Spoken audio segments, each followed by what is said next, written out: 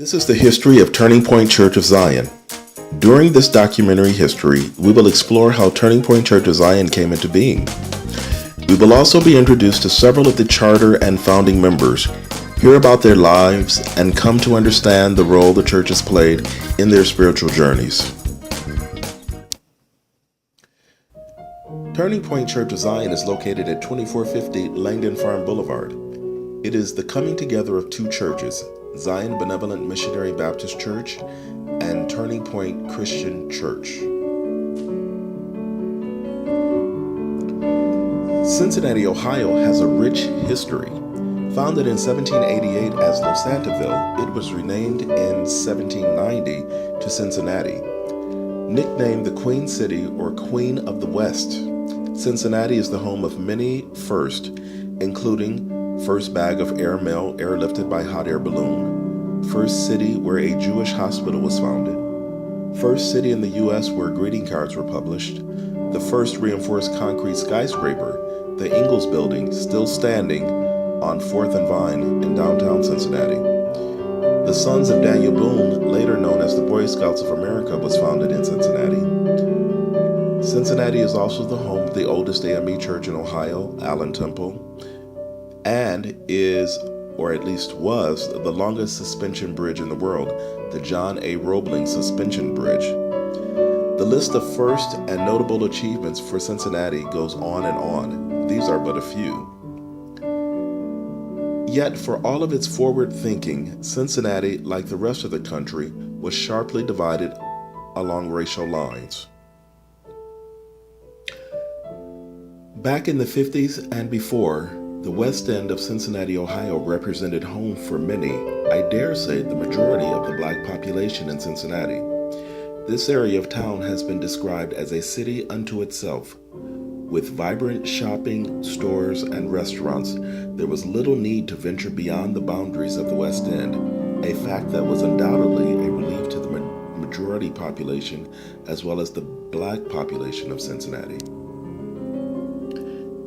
It was in the early 50s that a group of parishioners decided to split off from their church, Southern Baptist Church, which at the time was located in the west end of Cincinnati in a building long since torn down.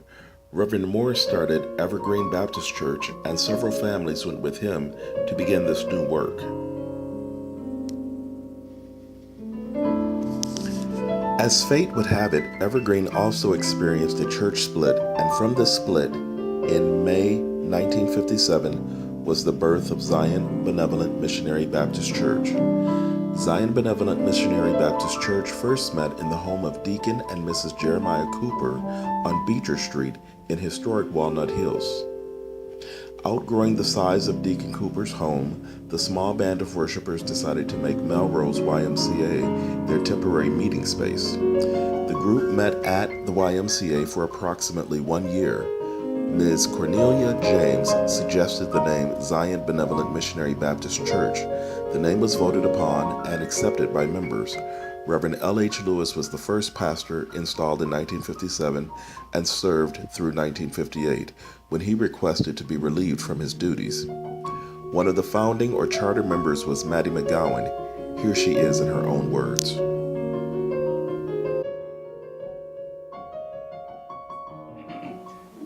What is it that you remember then about Pastor White, Pastor Lauderdale? Is there anything that stands out about those two men? Oh, Reverend Lauderdale was such a joy. He was a very intelligent man, and he was really dedicated to Zion Benevolent. You know, he worked doing construction. Okay. And he did a lot of work around the church, and Mrs. Lauderdale was right by his side, just lovely people. And he was our minister for, till shortly before his death. I guess he was the minister for 20 years or more. Wow. Yeah. Just really a nice person. Mm-hmm. And then, of course, Reverend White, I'd known John and I went to school together. Oh. We went to Woodward together. Okay. We used to live right across the street from each other. And I also knew his wife from the West. You know, we were all in the West End. So John was like a pal, you know. and I had to get myself to call him Reverend White, because I'd say, "Hi, John," and I'd go, and he'd say, "That's quite all right, Maddie." Sure. So I really enjoy, and I learned so much from Reverend Lauderdale. He was a teacher, I think, more than a preacher, you know. Yes. And I like that. Because I don't like to speak ill of the dead, but Reverend Moore, he had a guttural thing that he did. He'd be preaching and I saw and old Moulder, and I'd be sitting next to my mom and I'd be going, and Mama would reach over and pinch me. I would actually have a headache when I left church. And I didn't learn a thing. I didn't know what the topic was, you know. Yeah. I learned because my dad and I would read the Bible. And on Sundays, he worked some Sundays. And when he didn't go to church, he'd say, what the preacher preach about? I said, "Daddy, I don't know. He said something about it," and Daddy would find it in the Bible and explain it to me. Oh, okay. And I loved that, you Yes. know. But I couldn't stand them holler and scream, and preachers would give me a headache. I understand. But I really learned a lot from Reverend Lauderdale, especially. So was Zion Benevolent, when you joined Zion Benevolent, was that the beginning then of your spiritual life? Of what? Of my church life? Of your church life, your spiritual life. Did it begin with Zion Benevolent? No. I'd always been, my parents always in church. We were members of Southern Baptist. Yes. And for whatever reason, I was a kid, I don't know why, but the church split. And my parents chose to go with Reverend Moore. And they formed Evergreen. So they were members of Evergreen for a good while. And then Evergreen split. And that's when they made Zion Benevolent. Got it. Okay. So then some of the people that you went to Zion Benevolent with, you had been going to church with since a kid. Oh, yeah. Ah. Yeah. Okay. Yeah, because I was only like maybe 8 or so when we left Southern Baptist. And then, like I said, we were at Evergreen a good while because I was married and had my little girl when Evergreen split and made Zion Benevolent. Okay. When did you slow down from going to Zion Benevolent? About what time was that? Oh, just shortly before you all came. Okay. I had been going to church religiously. I guess it's probably been about 5 years or so. Okay. Since I haven't been able, because I had a stroke, and that kind of slowed me down. Yeah. But I went when I could. Yeah. But I haven't been at all for, I guess, 2-3 years. I haven't been at all. Okay. And I really miss going to church. I enjoyed church. Yeah. It was the highlight of my week was to go to church on Sunday. Yeah. I enjoyed it. So, but thank God I'm still here, and the church is still going on, and got a wonderful pastor. I hear great things about him, and I'm hoping to be able to get out some. I I uh, I guess it's arthritis in my back. It's very painful. I'm in pain, constant pain. I have medication. It helps a little, but I'm never pain free. But I'm still here, Yes. and I thank God for it. And we do too. And we do too. January 25th, 2003, Reverend Ronald Green was elected as pastor. Reverend Green served until 2005. The congregation began to dwindle, but there were 8 determined women who vowed to keep going. Among them was Ms. Bobby Landrum. So glad. Now, what made you stick with Turning Point all these years, even when it started to slide down? You know what? I really don't know. But it was just something about the church that I felt I belonged here. Yeah. So through the good times and the bad times, I was still here. Now, In another part of the city in 2006, a young man named Howard Roberts was starting a work named Turning Point Christian Church. Like many churches, when they first began, Turning Point Christian Church was meeting in various locations and desired a permanent church location of their own. Tell us your name. My name is Dorothy Bauernett, Baurnett, meetings in his office. And this took place for 1 year. And from there, they moved out to another location. Okay. So how did you come to know about Turning Point? By word of mouth, another member that we were members of another church. And she knew that at the death, we were members of another church, and our pastor died unexpectedly. Oh, okay. Also a victim of cancer. Mm. And while he wrote a letter and asking us to merge with the church, we did that. But after a while, it wasn't what we wanted. It didn't fulfill your needs. Mm. And I was told, well, come see a man. So I went, and I was impressed with his delivery. I was also impressed with the name of the church, Turning Point, because as you can imagine, I wasn't 15 years old, but I was looking for something.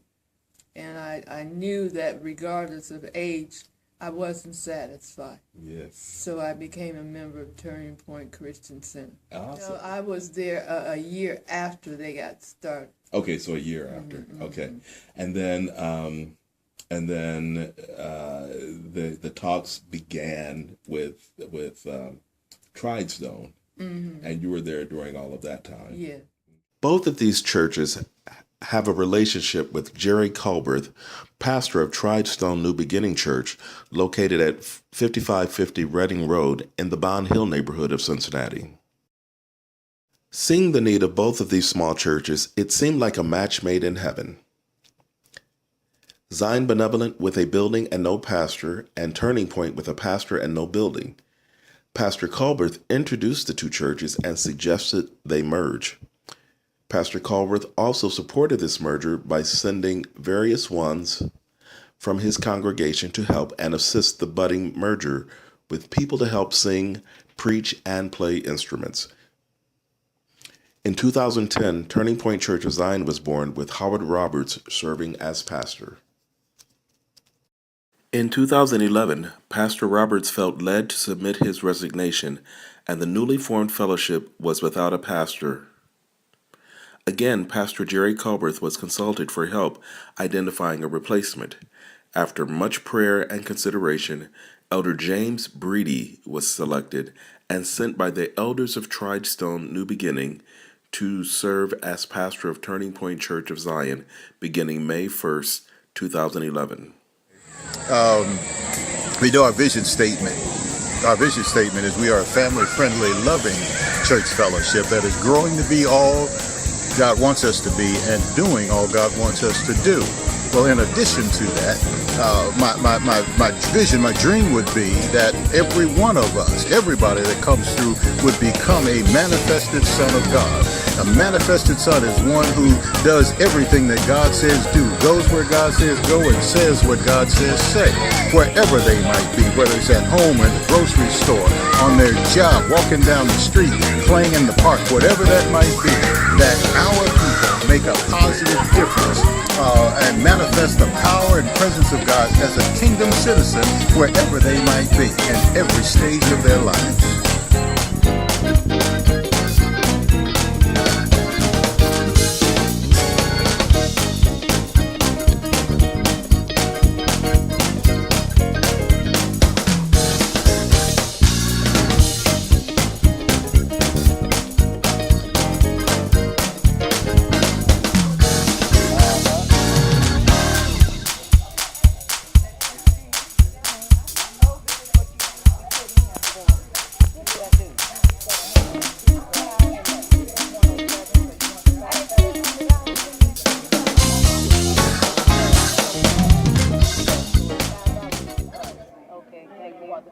Back.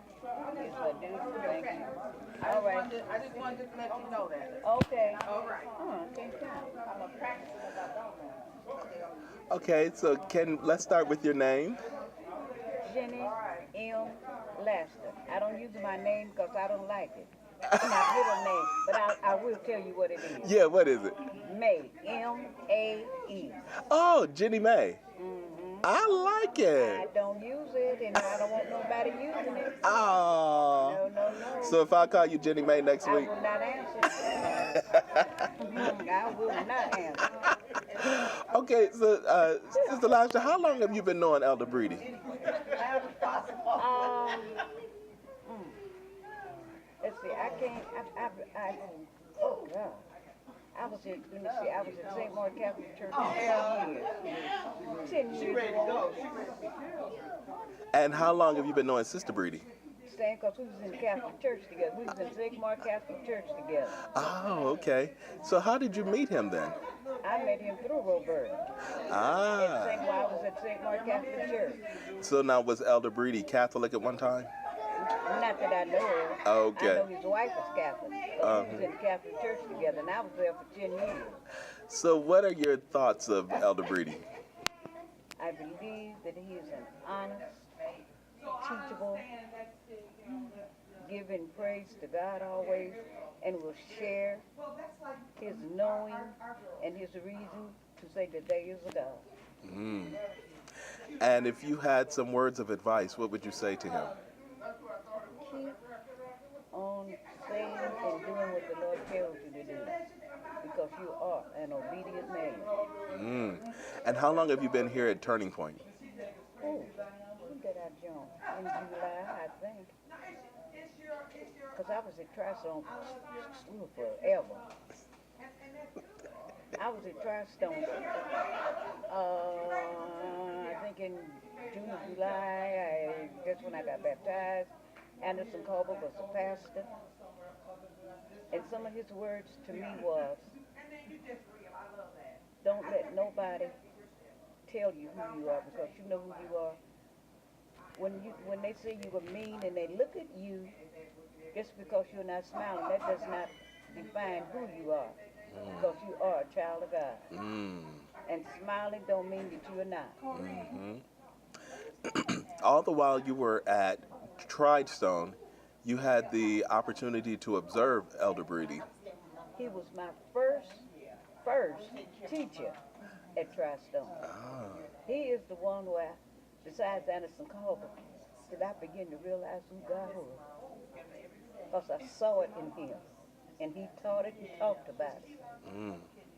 I don't know nobody at that time that was teaching me that could talk about him like he could. Because when you left him, you know there was God. Because he gave it to you. He taught me who he was and what he was all about, and he could do it. That's rich. That's rich. He was just full of God. He was God. God was in him. And he knew it, and he knew how to show it. He could show it so well. And not only that, he could sing. Really? Oh, yeah. Elder Breedy sings? He can sing. Don't let nobody tell you he can. He can sing. Yes, he can. Elder Breedy can. I've heard him. I heard him. Oh, wow. I Okay. heard him and his brothers. That's the reason I know he can sing. Ah, yes. Yeah, I heard him. Okay. I heard him sing by himself. Yeah. Now, what did you think when you heard he was going to be pastor down here? I thought they couldn't have had a better pastor. Because I knew who he was and where he came from and who he set up under. And I know that he was going to bring the word, and it would be from the word of God, from the Bible, not from what he thought, up to teach. It was going to come straight from God and out the Bible. He was going to teach it and preach it. So when did you decide to join here? Ooh, this is a long story. You know, when I go to church on Sunday, and I wake up Monday morning, and there's no life and no spirit in me, and don't feel like I ever been to church, I know there was something missing that I wasn't getting in church no more. I wasn't mad at nobody when I left Firestone. I wasn't mad at the pastor, the members, the deacons, the preachers. I just know it was nothing there for me anymore. I wasn't getting nothing out of the service. I was just meeting, just sitting there, receiving nothing but air. I know God's word was there, but I wasn't receiving the word that I knew it was time for me to go.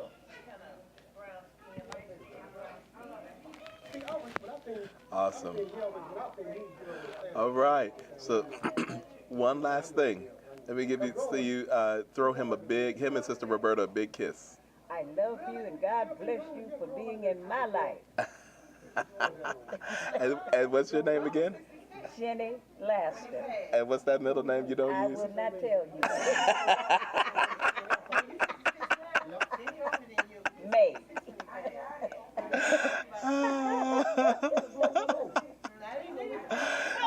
Thank you so much. Thank you so much. This has been awesome.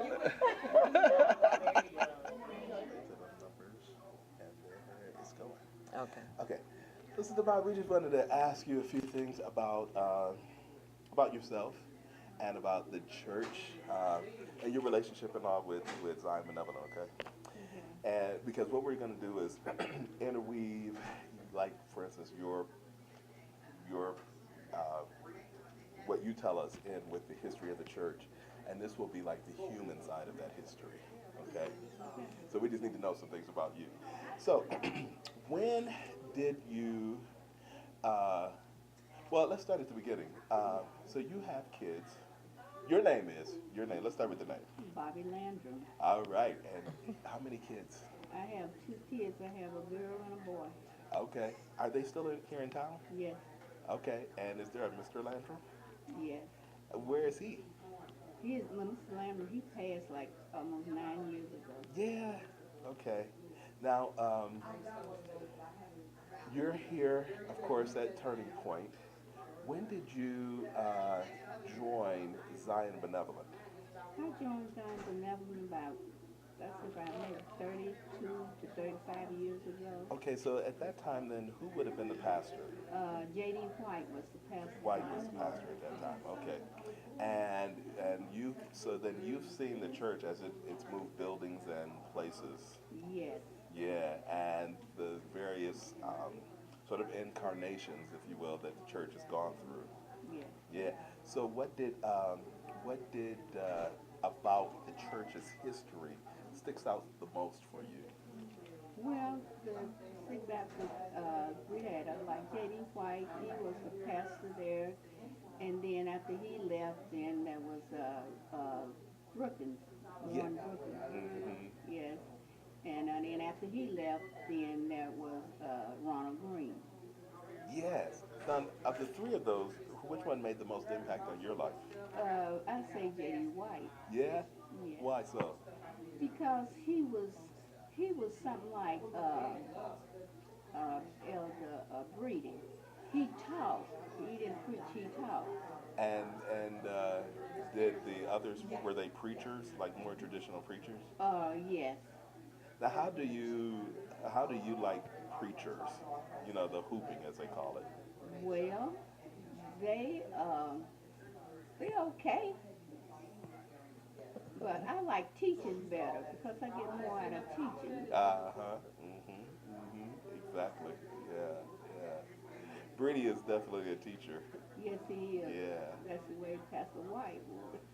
So tell me then, well, do you see any, besides the teaching, do you see any similarities between Reverend White and Pastor Brady? Yes, I do. Like, Like I say, the teaching and the way he teach. And Reverend White, he was like Pastor Brady, he explained things to you that you didn't understand. And if you had a question and you asked him, he was willing to answer your question. and that's important Yes, that is important. because, Because it's things that I've been taught and the things that I'm being taught now that I didn't know when I was coming up. They might have taught it, but it wasn't explained to me what they was about. so it was like getting the understanding. Yes, Yeah, yeah. When did you first accept Christ? I was 11 years old in Athens, Georgia. And Reverend White was your pastor then? No, but Reverend Sims Okay. was my pastor then. And that was a Baptist church? Yes. And was your whole household a, say, God-fearing household? Did everybody go to church? Yeah, not everybody, but I was raised by my grandmother. Oh, okay. And she had so much to do, because a lot of times she didn't have time to go to church, but she still was a Christian and a God-fearing woman. And she made sure that you were going to go. Yes. What did she say? And she would get us up and say, well, I can't go to church, but y'all going. And after she passed, I still went to church. So was it through her teaching and direction that you fell in love with God the first time? Yes. Yeah. Yes. What did she say? Like, how did that happen? How did she facilitate that? She would take, my grandmother, she took on a lot of hats. And she would, like she said, I don't have time to do this, I don't have time to do that. But you kids, you are going. And I got up, and I had an uncle that was a deacon in the church. Okay. And I would go with him. Sometimes I would go to his house and spend the night and go with him. Yeah. Now, did you have many brothers and sisters? I have 2 brothers and 4 sisters. Are they all here in Cincinnati? No, just 1 girl and 1 boy is here in Cincinnati. Oh, okay. So how did you first get to Cincinnati then, all the way from Athens? My stepfather was working in the construction business, and his construction job brought him from Atlanta to West Virginia, and from West Virginia to Cincinnati. And this way he decided he didn't go nowhere else with his job, so he decided to settle right here in Cincinnati. So they settled here, and this has been home. Yes. So how many years have you been here then in Cincinnati? I've been here ever since, ever since 1956. No,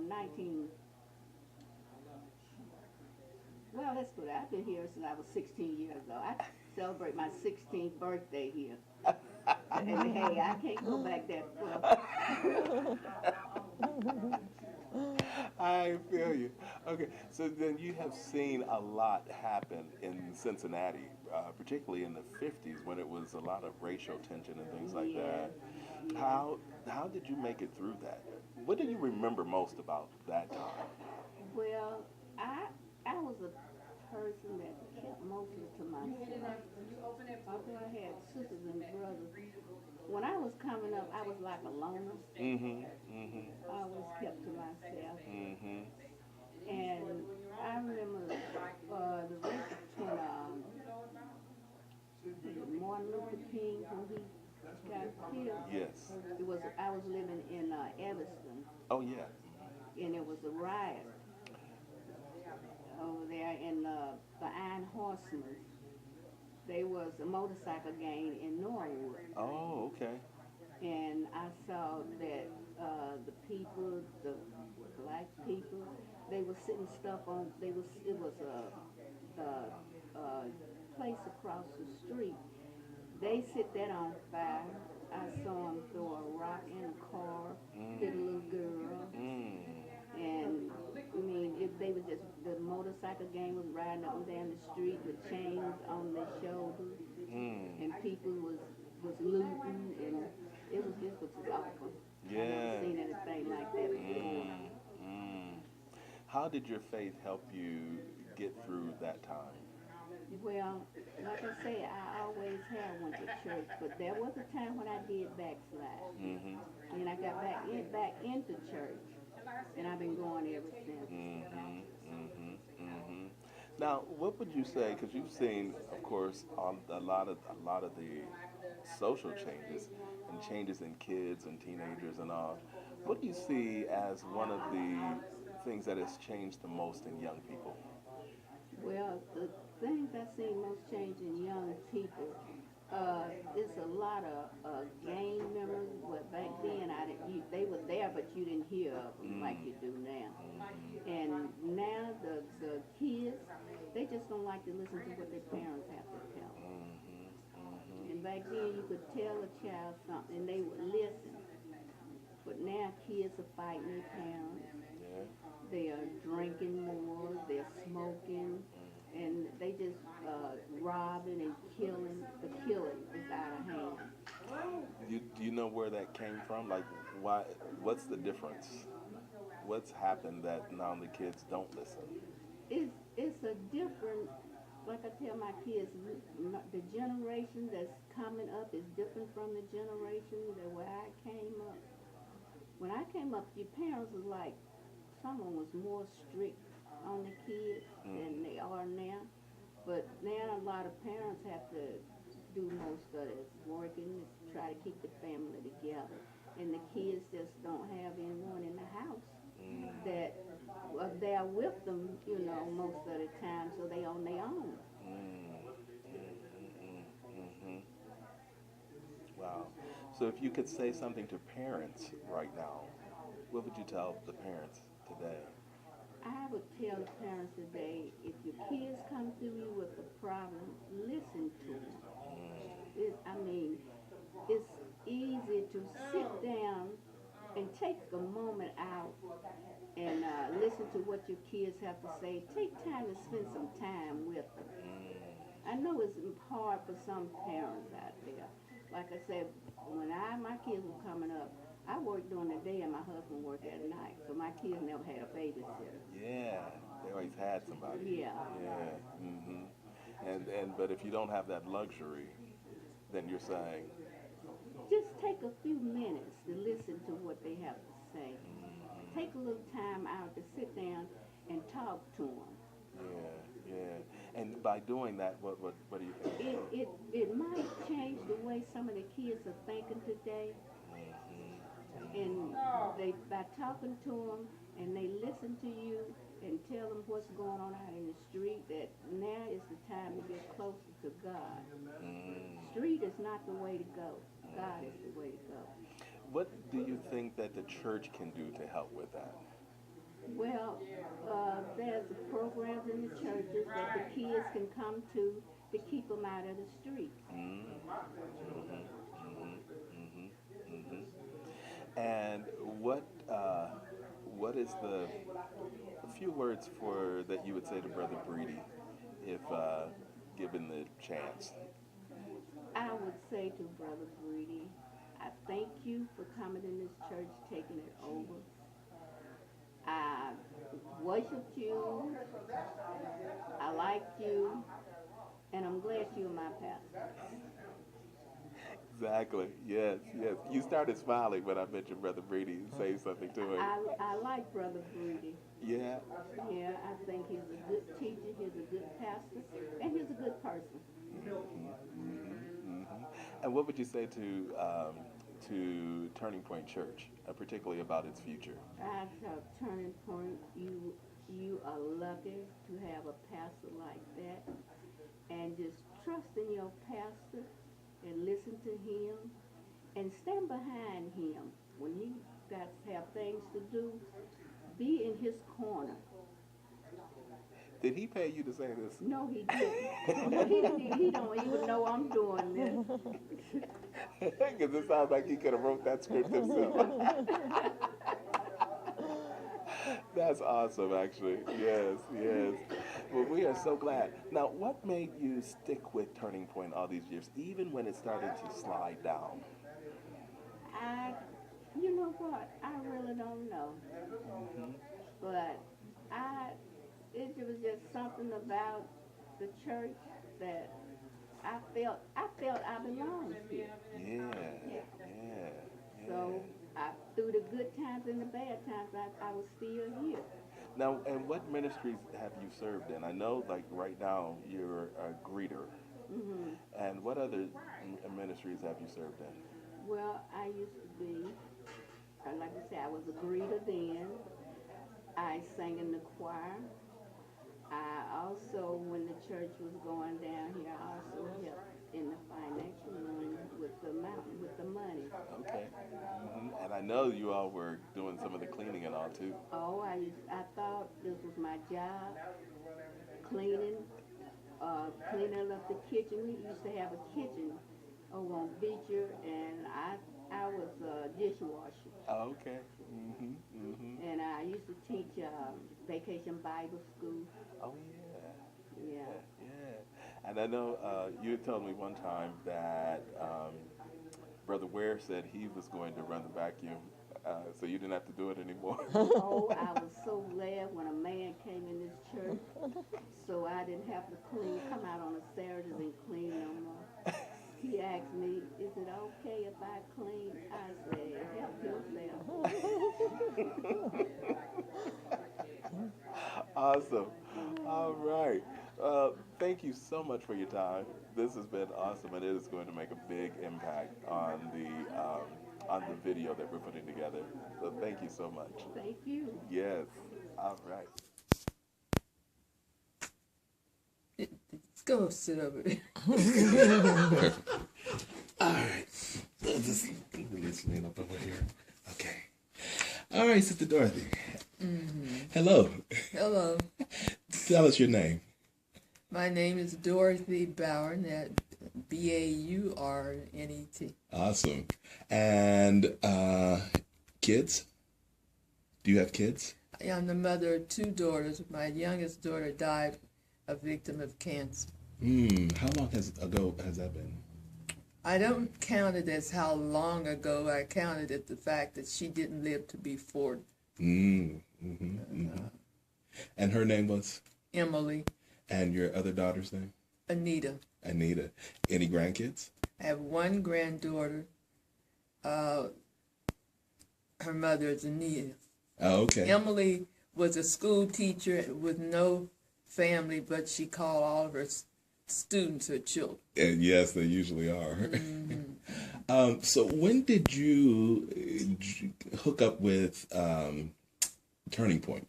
I joined as a member of Turning Point in 2005, I believe it was. Okay, and the pastor at that time was? Howard Roberts. And do you remember how long they had been going before you joined? They started, I jotted down a few notes. Yes. In September 2006, the founder, Howard Roberts, they started having meetings in his office, And this took place for 1 year, and from there they moved out to another location. Okay. So how did you come to know about Turning Point? By word of mouth, another member that we were members of another church, and she knew that at the death we were members of another church, and our pastor died unexpectedly. Oh, okay. Also a victim of cancer. Mm. And while he wrote a letter and asking us to merge with the church, we did that. But after a while, it wasn't what we wanted. It didn't fulfill your needs. Mm. And I was told, well, come see a man.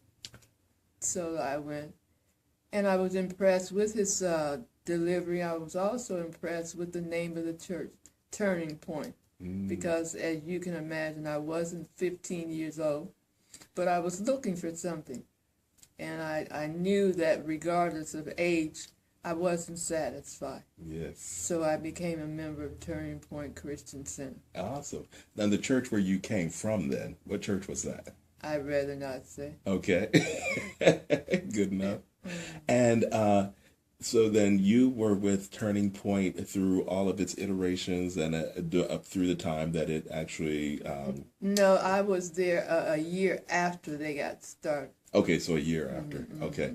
And then the talks began with Tridestone, and you were there during all of that time. Yeah. Okay. And then and here we are now at Turning Point. Turning Point Church of Zion. Yeah. The missionary part of the Baptist part has been dropped. So what do you think about where we are now? What's your perception of where we are now? My perception of where we are now is that we're still growing. I will be observing a birthday this month in August, but still I'm growing. Can I ask which birthday? You can ask.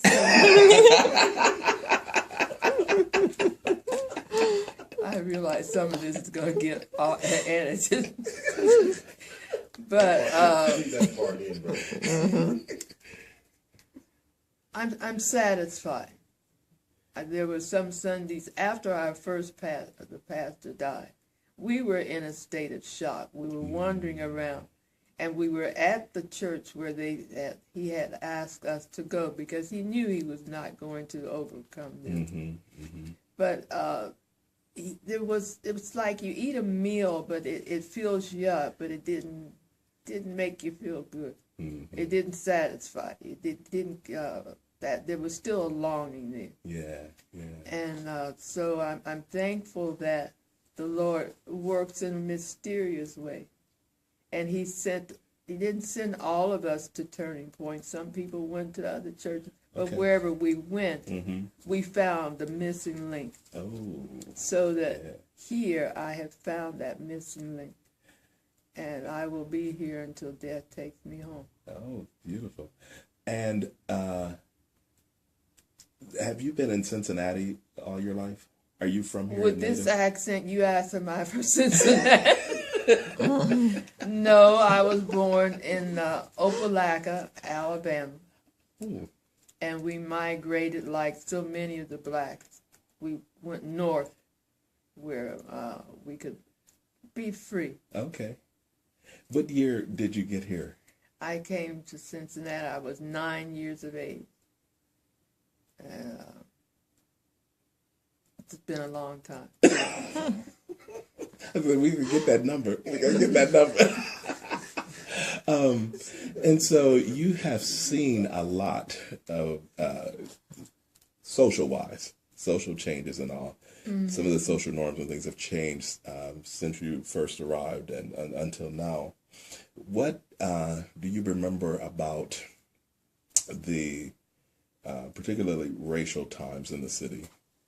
I remember Cincinnati. racial times before we came here as a resident of Columbus, Ohio.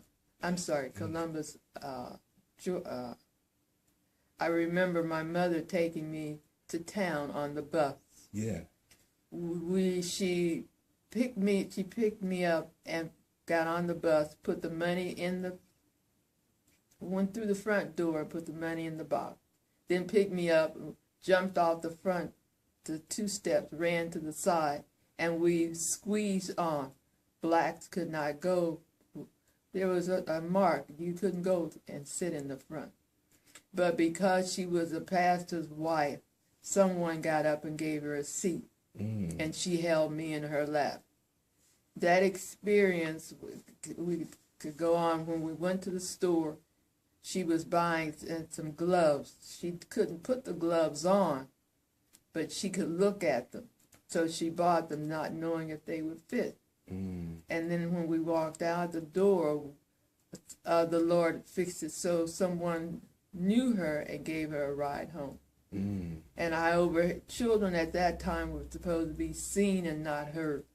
But I heard her tell my father, I want to leave Columbus, Georgia. That's where we're living in. I don't want my children to grow up here. So we moved to Cincinnati, where my mother, being the only girl, had 5 brothers living in Cincinnati. They pooled their money together and we moved.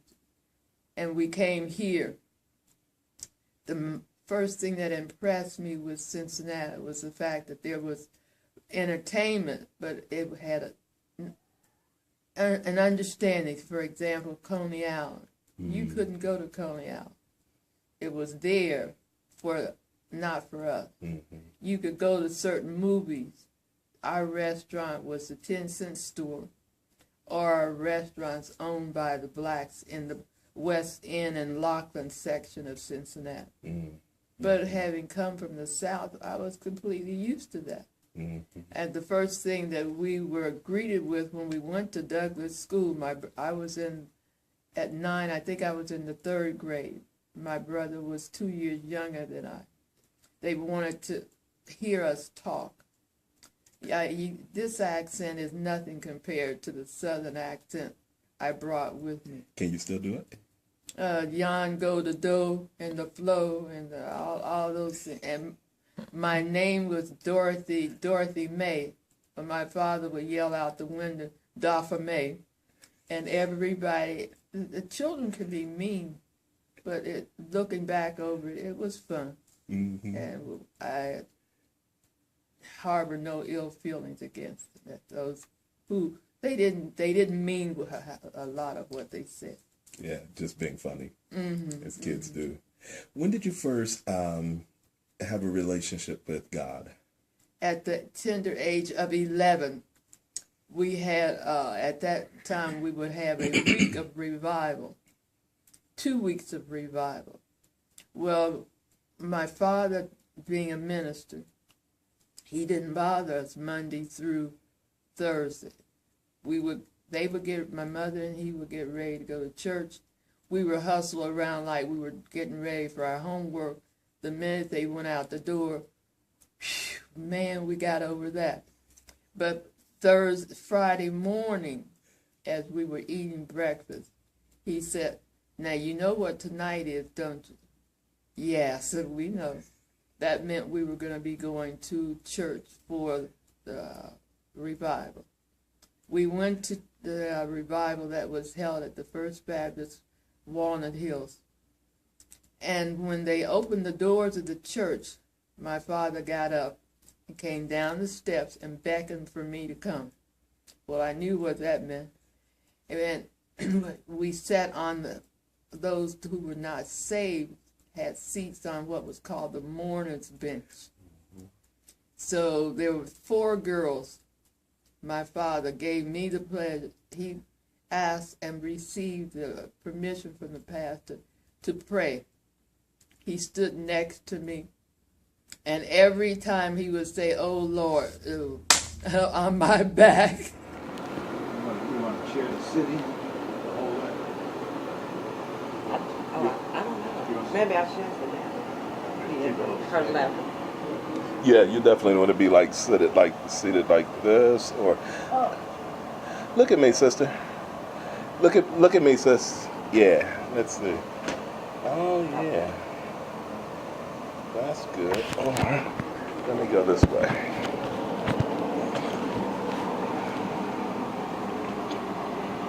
Probably this way. Yeah. Over here. Yeah, because it looks, the door is in that other picture, and this looks better. Yeah, that's good. Yeah, sit right here on the edge of the couch here. Okay. And you want to make sure you framed in there real good, just like that. Mm-hmm. Okay, now don't hit me. Okay. Okay. You ready? I push the button. It's already going. Oh, okay. Uh-huh. Yep, it's going. Hi. Oh, can we turn the air conditioner off so we can hear? Can we turn the air conditioner off so we can hear? Okay. Can you get that for me?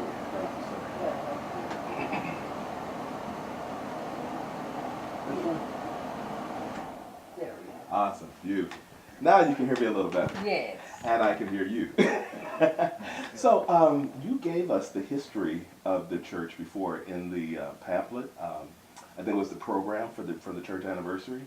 What? You gave us the program from the church anniversary that had the history in it. And so that's got a lot of information in it, and that was excellent. Yes.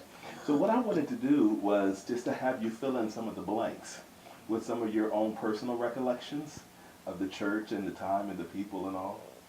So can you tell us a little bit about yourself first, so we'll know who we're talking to?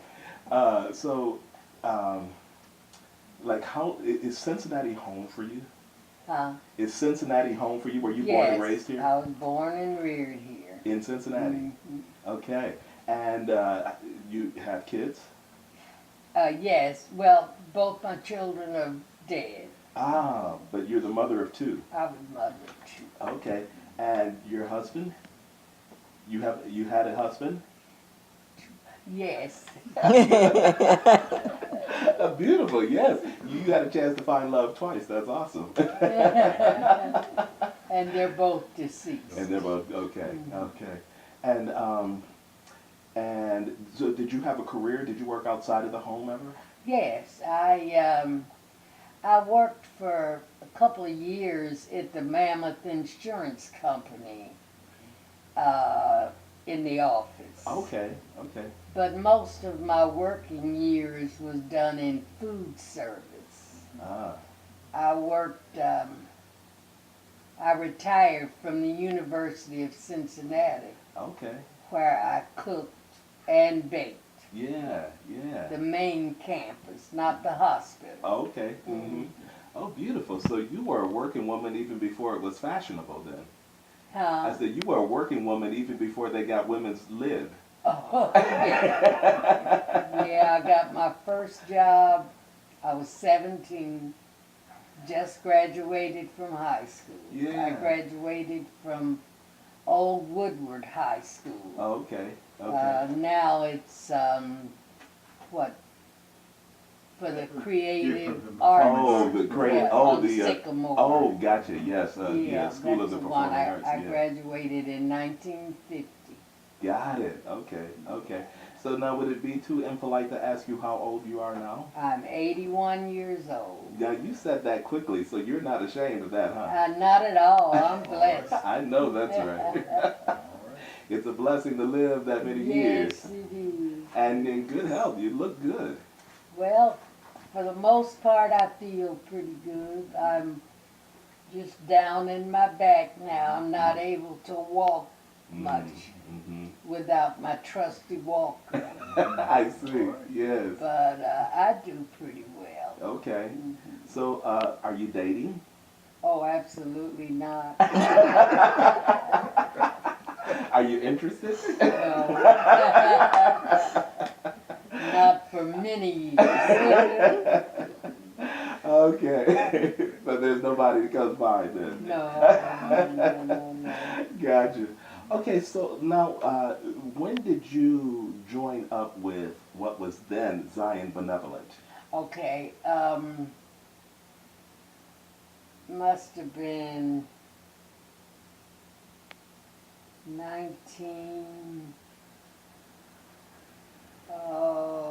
about 55 or 6.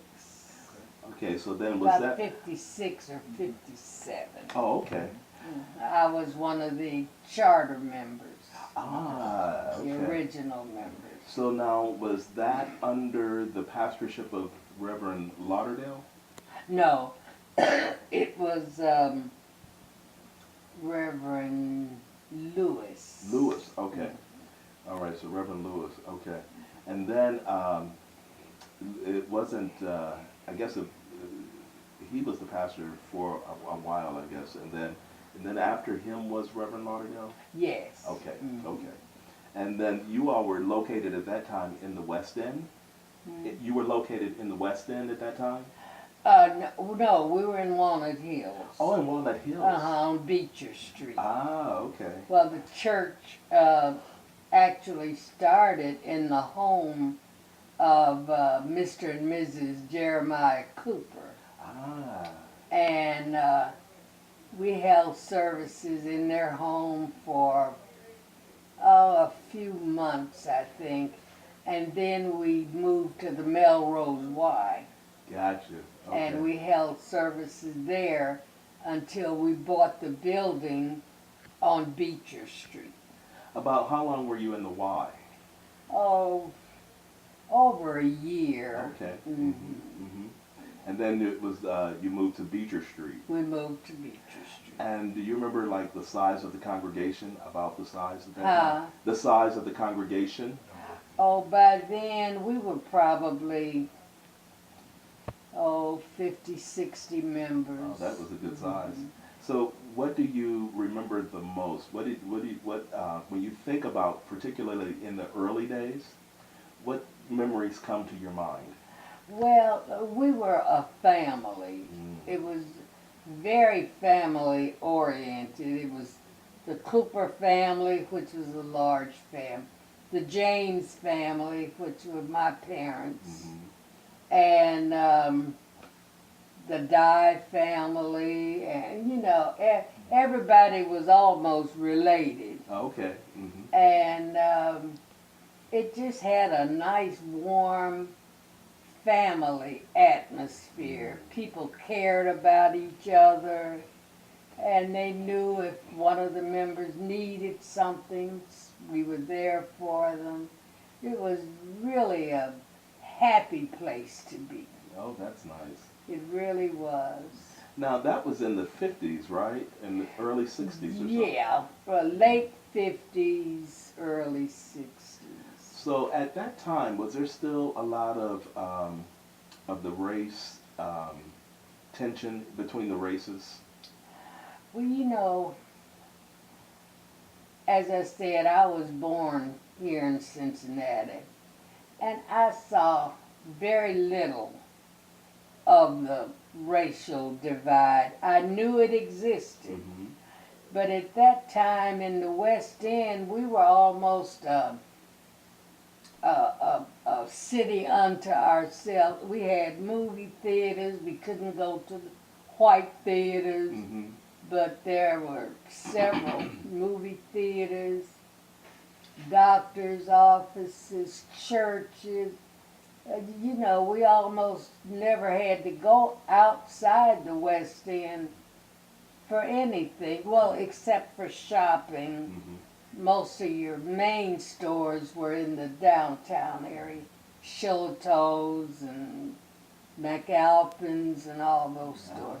But there were a lot of smaller stores in the West End. Okay, okay. So the first thing I remember about racial was White Castles. At that time, they used to put a coupon in the paper, and you could get X number of hamburgers for $1. Yes. And so my mother would treat us to White. It was a treat. Yeah. Because we were 6 children and my mom and dad, so eating out was a treat for us. So I know Mom gave me the money and I went to White Castles.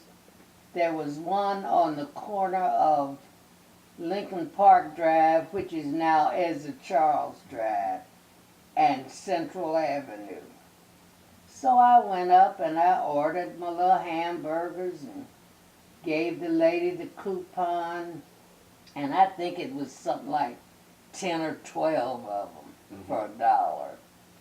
And I had an extra nickel of my own, so I got me a Pepsi Cola. That was my drink of choice. Yes.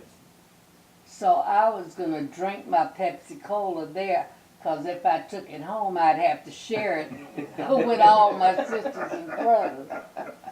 So while I was drinking my Pepsi, I sat on the first bench stool next to the grill. And there was one other white man down at the very end. So when I sat down, the girl told me, "Oh, you can't sit there." And I said, "What?" And she said, "You can't sit." I said, "Well, why?" I mean, the place was empty. There was one man, you know, drinking a cup of coffee. And she said, "You're not permitted. Blacks are not permitted to." Well, I got my little Pepsi Cola and I left all them hamburgers on the grill. And I went home. Mom, where's it? I said, "Mama, black people can't sit down up there, and I didn't want those hamburgers. I left them right on the grill." I don't know what she did with all them hamburgers, because there wasn't nobody else there to buy them. Mom said, "Well, you did just right." And I didn't eat another White Castle. I bet it was 10 years. That hurt my feelings. Yes. Tell me I couldn't sit down. About how old were you during that? I was early teens, probably 13 or 14 maybe. Now, at that time, did the church, Zion Benevolent, did they address those kind of issues at all? Did they what? Did they talk about those kind of issues at Zion Benevolent? Yes, occasionally, but it was not something that we were overly concerned about, at least from my point of view. Yeah. I know when,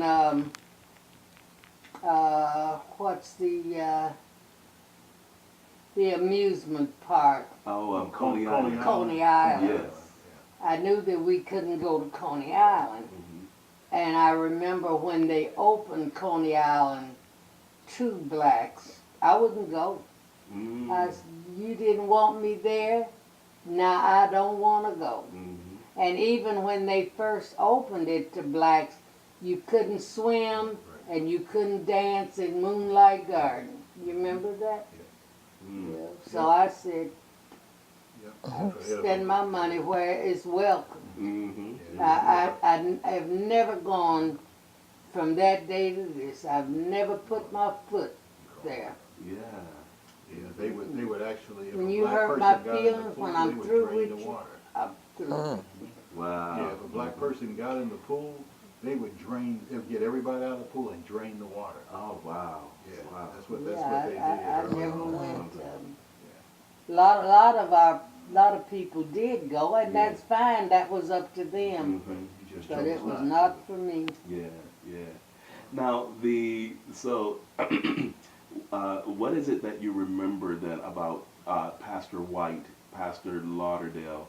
Is there anything that stands out about those two men?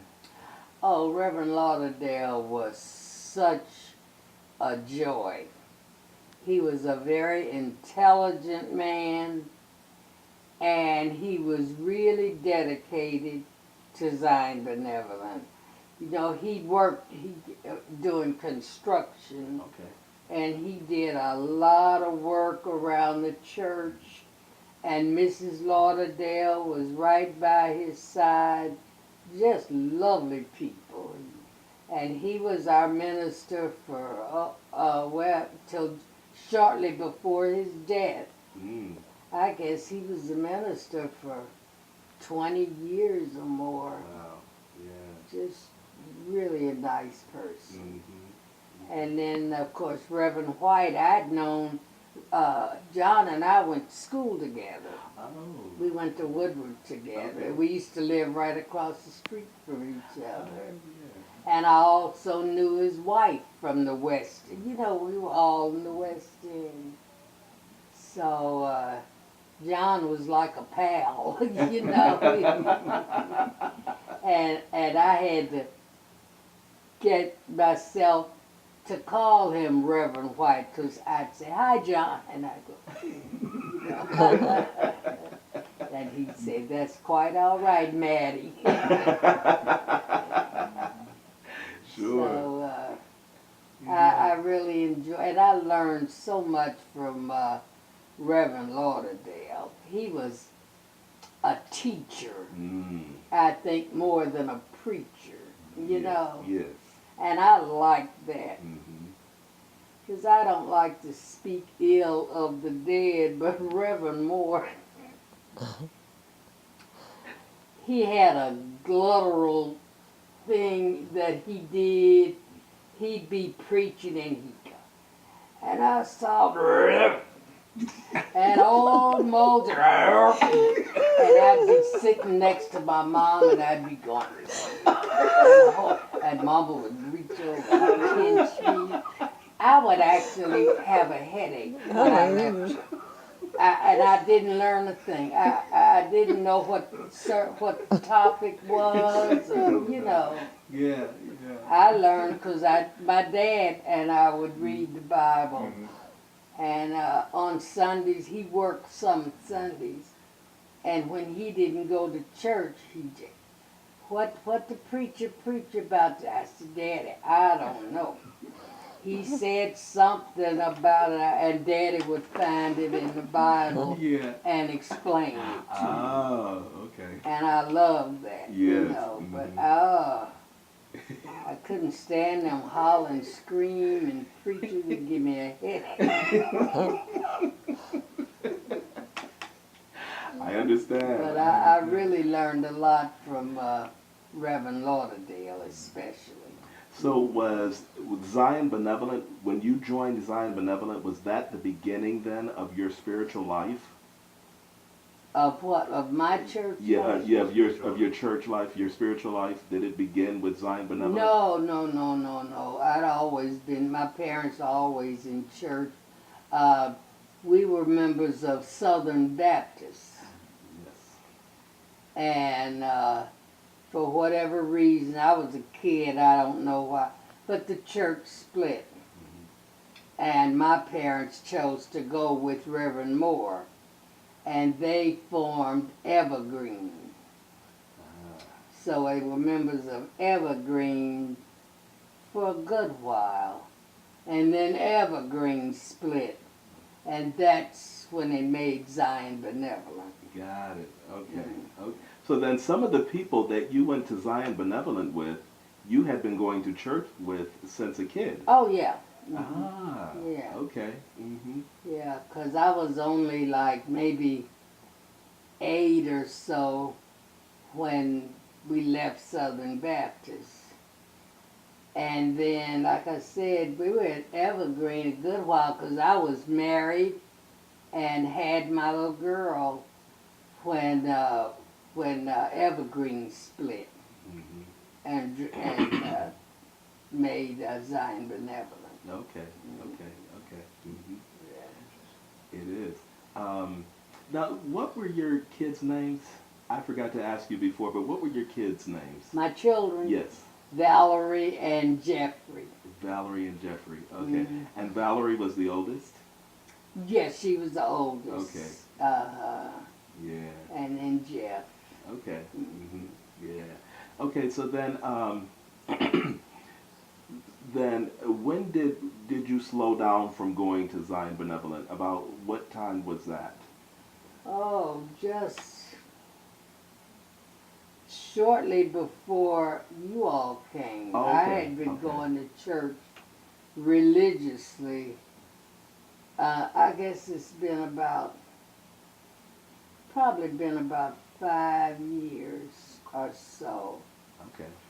Since I haven't been able, because I had a stroke, and that kind of slowed me down. Yeah. But I went when I could. Yeah. But I haven't been at all for, I guess, 2-3 years. I haven't been at all. Okay. Okay. And I really miss going to church. I enjoyed church. Yeah. It was the highlight of my week was to go to church on Sunday. Yeah. I enjoyed it. Yeah. So, but thank God I'm still here and the church is still going on and got a wonderful pastor. I hear great things about him. And I'm hoping to be able to get out some. I guess it's arthritis in my back. It's very painful. Mm-hmm. I'm in pain, constant pain. Mm. I have medication. It helps a little, but I'm never pain-free. Mm. But I'm still here, Yeah. and I thank God for it. And we do too. And we do too.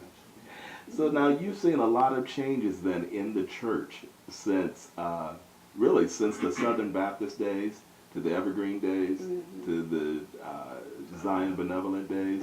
What are some of the things that have changed for the better that you've seen in the churches? Oh, I don't know.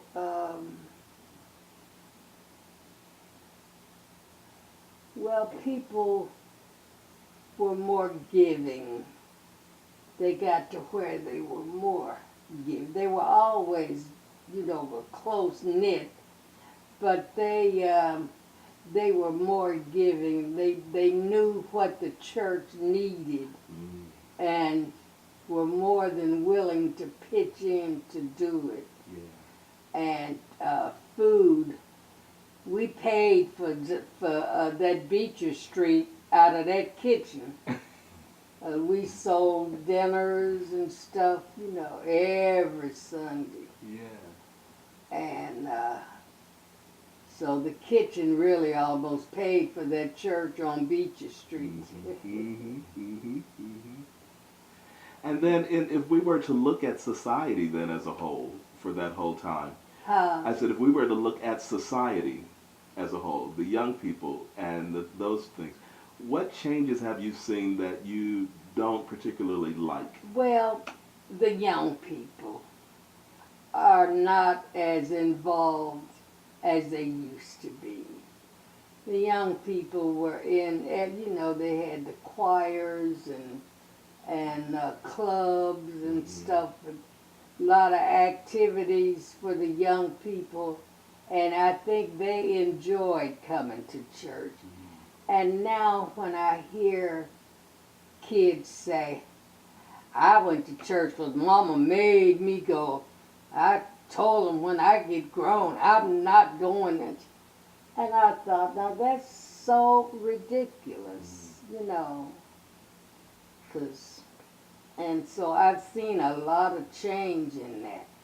But here lately, I guess within the last couple of years, I understand that the young people are kind of coming back to the church. They see that the worldly things are not for them. And I think they're coming back because their parents don't push them to go. A lot of young people resent, I just went to church, Mama made us go, Yes. My parents never made us go to church. They allowed us to go to church. And we did not have to go to their church. My dad and mom would tell us, hey, you don't have to go to my church, but you going to some church. You going to get out of here on Sunday morning. Yeah. So, it wasn't, I had a friend that was Catholic. And I went to church with her a few times. And, I just thought Catholic, that's for me, But it wasn't for me. Yeah. But I think I went mostly because of my girlfriend. Yes. I loved her. What was her name? Mary Catherine Dukes. Ah. She married Frank Allison. You remember Frank Allison? You know Allison, yeah. He what was he on city council at one Yeah, I time? think so. Well, his wife. Okay. Yeah. Sweet girl. Yeah. Her mother died when they were young. They had just moved about 3 or 4 doors down from us. No, they were only there maybe a month or so when the mother died. And it was about 6 of those kids. Okay. And that's down on the west And end? Was that down on the Was that down on the West End? in the Lincoln Court. In the Lincoln Courts, okay. Yeah. Now, did you grow up in Lincoln Courts? Well, we lived there for, I think I was 10 or 11 when we moved there, and I was 16 when we moved out. Okay. See, at that time, you could only have a certain income. And as your family decreased and your income increased, then you had to move. Because back then, I think the most they could charge was $50 a month rent. And my parents were paying the limit, but at that time, I had 2 sisters that married, so they were out of the house. And I had 2 brothers. They weren't married, but they were past 18, you know. Yeah. So they asked us kindly to move. They didn't just kick you out. I think they gave you like 90 days. And if you didn't find a place, 60 days, and then 30 days. So, you know. Yeah. So we moved. So if you could say something to the church today, just a statement that you want them to know, what would that be? Oh dear. And the members, you know, and I would want them to please draw the young people in, because they are going to be the church of tomorrow. And I'd like them to gear their services toward the young people. And I think in the long run, they are going to appreciate it, you know. Make things fun, if you will, for them. You know, kids, you know, just make them really want to come to church. And boy, that would really be a blessing. Yes. Because the streets have just swallowed up so many of our young people. Drugs and, oh, it's so sad. And I think the church has to be a leader in taking these young people back. You can't just leave it all to the police and the mayor and the governor, whoever. The parents and the church should be your main consideration. Yes. I really believe that. Awesome. Yeah. This has been a great conversation. I said this has been a great conversation. Thank you so much. Yeah. I've enjoyed it. Well, we really did too, and I'm sure everyone who sees this will enjoy it as well. Oh. Yeah. We really hope you'll be there so you can see it as well. I said, we really hope you'll be there at a church anniversary. Oh, I'll That's it. Can you move over just a little bit that way? This way. Yeah, so that'll get that glare from the wall. Perfect. Yeah, that's good. Just like that. Yes. All right. So, Elder Brady, Tell us, when did you come to accept Christ? When did I come to accept Christ? Yes.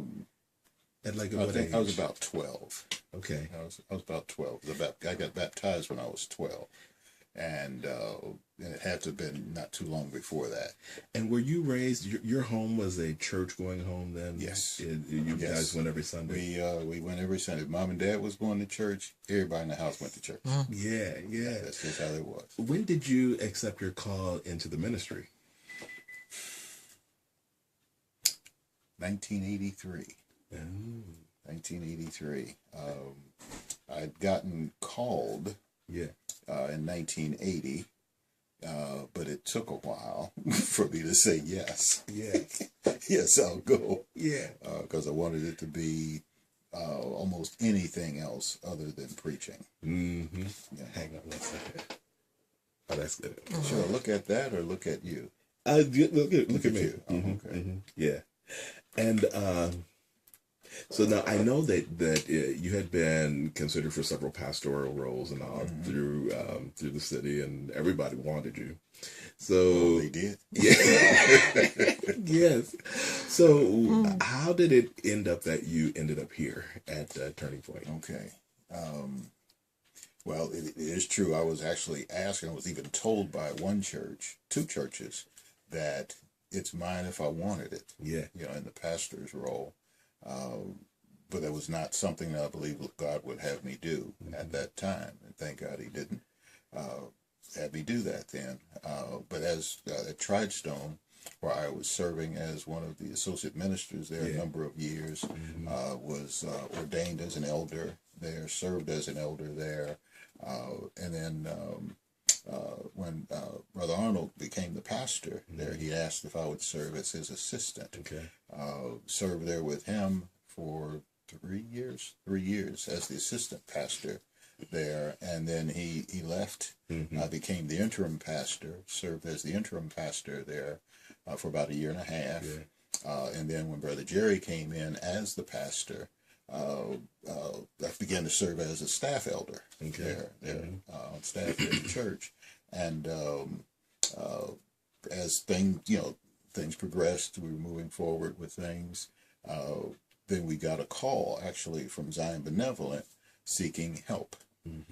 They were without a pastor, and it was just a few sisters that were meeting, trying to keep everything going. They needed help. They contacted us. Make a long story short, he was in relationship with Howard Roberts, who had a congregation with no building. Yes. Zion Benevolent had a building with no pastor. Yeah. So the two of them met and worked out things and merged to become Turning Point Church of Zion. Now, that went on for about almost a year.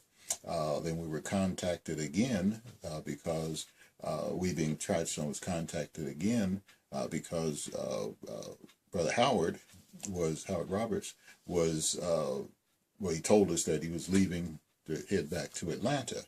And we were... I need you to say that one more time. Say what? About who my favorite parishioner was? Yeah. No, I want you to say one more time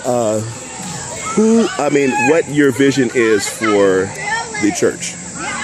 Just say that part one more time. Oh, just the family-friendly part? Well, all of that. Oh, you said, because you said besides the family-friendly loving church fellowship part, I also want... Okay.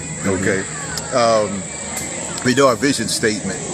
Our vision statement is we are a family-friendly loving church fellowship that is growing to be all God wants us to be and doing all God wants us to do.